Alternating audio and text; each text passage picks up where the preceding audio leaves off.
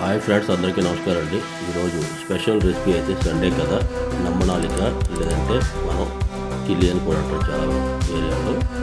ఇది మన లివర్కి చాలా మంచిదన్నమాట. దీన్ని ఎలాగా స్పెషల్గా ఫ్రై రెసిపీ చేస్తారనేది ఈ వీడియో డీటెయిల్గా చూపిస్తాను. వీడియో స్టార్ట్ చేసే ముందు మీ అందరికీ చిన్న రిక్వెస్ట్ అండి, please subscribe my channel, support me. నేనైతే హాఫ్ కిలో తీసుకున్నానండి. ఇది ఒక గోట్కి ఒకటే ఉంటుంది అనమాట. దాంతోపాటు కొంచెం లివర్ కూడా వేయించుకున్నాను. ఇది కట్ చేసి కూడా ఉండొచ్చు, కానీ మొత్తం అంతా పేస్ట్లా అయిపోద్ది, పీసెస్లా ఉండదు అనమాట. దీని ముందు నేను స్టీమ్ మీద పెడతాను, కుక్కర్లో పెట్టి. ఇది గట్టిగా సాలిడ్గా తయారవుద్ది అనమాట. జస్ట్ ఒక 2 విజిల్ ఉంచుకొని సరిపోద్ది.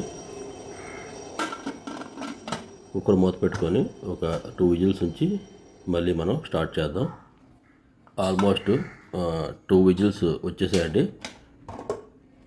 చూసారు కదా, అందులో వాటర్ అనేది బయటకు వచ్చేసింది. ఈ వాటర్ పారీకూడదు, ఈ వాటర్ మనం ఎక్కడే ఉంచుదాం. ఇది కూడా సాలిడ్గా తయారయ్యి అంటే కుక్ అయిపోయాయి అనమాట. దీన్ని మనం ఫస్ట్గా ఒక చిన్న ఉల్లిపాయలు ఒక 4-5 కట్ చేసుకొని 2 పచ్చిమిరపకాయలు, తర్వాత దీన్ని చిన్న చిన్న పీసెస్లో కట్ చేద్దామండి. ఇది కలర్ కొంచెం డార్క్ బ్లాక్లో ఉంటుంది, కానీ హెల్త్కి చాలా మంచిదండి ఇది. దీంట్లో నేను లివర్ కూడా మిక్స్ చేస్తాను. మిక్స్ చేసి మొత్తం ఫ్రై వీడియో డీటెయిల్గా చూపిస్తాను. పీసెస్ అనేవి మీకు ఏ విధంగా కావాలంటే ఆ విధంగా కట్ చేసుకోండి. ఇది ఎంత పెద్ద పీసెస్ కట్ చేసినా సరే కుక్ అయినప్పుడు ఇందులోంచి కొంచెం లిక్విడ్ అనేది బయటకు వచ్చేస్తుంది అన్నమాట. ఇది చాలామంది పచ్చిగా ఉన్నప్పుడే చిన్న చిన్న ముక్కల కింద కట్ చేసుకుంటారు. అలా చేయడం ఏంటంటే ఇది పీసెస్ మనకు కనపడవు, మొత్తం అంతా ఒక పేస్ట్ టైప్లో తయారవుతుంది, కానీ టేస్ట్ అయితే బాగానే ఉంటుందండి.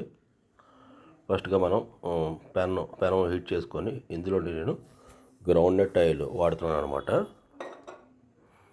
గ్రౌండ్ నట్ బాగా మరిగిందండి. ఇందులో కట్ చేసుకుంటే ఆనియన్స్, దానికంటే ముందు కొంచెం జీలకర్ర వేసుకుందాం. తర్వాత నేను చిన్న ఆనియన్స్ ఒక 4-5 కట్ చేసుకున్నాను కదా, అవి 2 పచ్చిమిర్చి, చిన్న సాల్ట్ వేసి దీన్ని బ్రౌన్ షేడ్ వచ్చేదాకా మనం దీన్ని ఫ్రై చేద్దాం. ఇది బ్రౌన్ షేడ్ వచ్చిన తర్వాత దీంట్లో కొంచెం మనం అల్లం వెల్లుల్లి పేస్ట్ని యాడ్ చేద్దామండి. ఆల్మోస్ట్ బ్రౌన్ షేడ్లో వచ్చేసాయి. నేను 1 స్పూను అల్లం వెల్లుల్లి పేస్ట్ యాడ్ చేశాను అనమాట.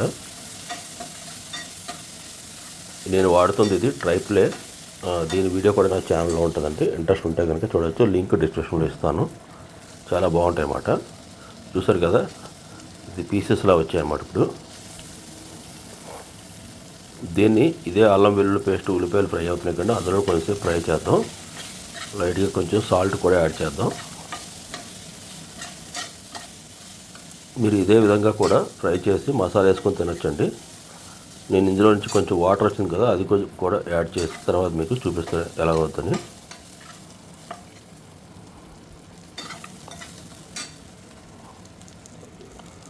ఈ వాటర్ ఇందులోంచి వచ్చింది అన్నమాట, అందుకే బయటికి పారలేదు. ఇది కొంచెం వేసి ఇప్పుడు మనం ఉప్పు, కొంచెం కారం కూడా తక్కువ ఉంటుందండి, కారం వేద్దాం. తర్వాత ధనియాల పొడి, జీలకర్ర పొడి, లాస్ట్లోని మనం మటన్ మసాలా యాడ్ చేసుకొని ఈ వాటర్ అంతా దగ్గరగా అయ్యేదాకా ఉంచుకొని అప్పుడు మరి దీన్ని సర్వ్ చేద్దాం.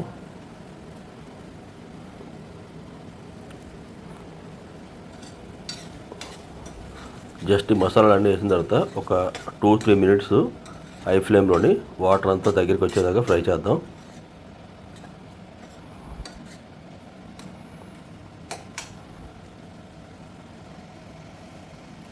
ఆల్మోస్ట్ కుక్ అయిపోయిందండి, మీరు చూడొచ్చు. వాటర్ కూడా మొత్తం అంతా దగ్గరికి అయిపోయింది అనమాట. దించే ముందు మీకు నచ్చితే ఈ పేస్ట్ అనేది ఉంటుందండి, మసాలా పేస్ట్, ఎండు కొబ్బరి ఉల్లిపాయలుతుంది. దీన్ని మీరు నా ఛానల్లో వీడియో ఉంటుంది, చూడొచ్చు. మసాలా పేస్ట్ ఎలా చేస్తారని. ఇది ఏ కర్రీలో వేసినా సరే మంచి టేస్ట్ వస్తుంది అనమాట. ఇది కూడా వేసుకొని ఫైనల్గా మనం దించే ముందు కొత్తిమీర కొంచెం యాడ్ చేసుకుందాం.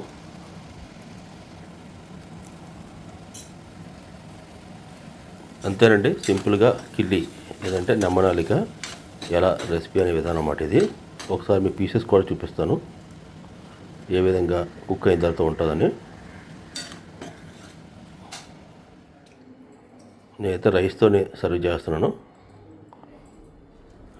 దీంట్లో వెజిటేబుల్ కర్రీ కూడా ఉందండి చిన్నది, అరటికాయ వేపుడి. తర్వాత ఈ పీసెస్ ఈ విధంగా వచ్చాయన్నమాట. ఇది హెల్త్కి చాలా మంచిదండి. పిల్లలకి బ్లడ్ హిమోగ్లోబిన్ తక్కువ ఉన్నా సరే ఇది పెడితే చాలా హెల్తీగా ఉంటారన్నమాట.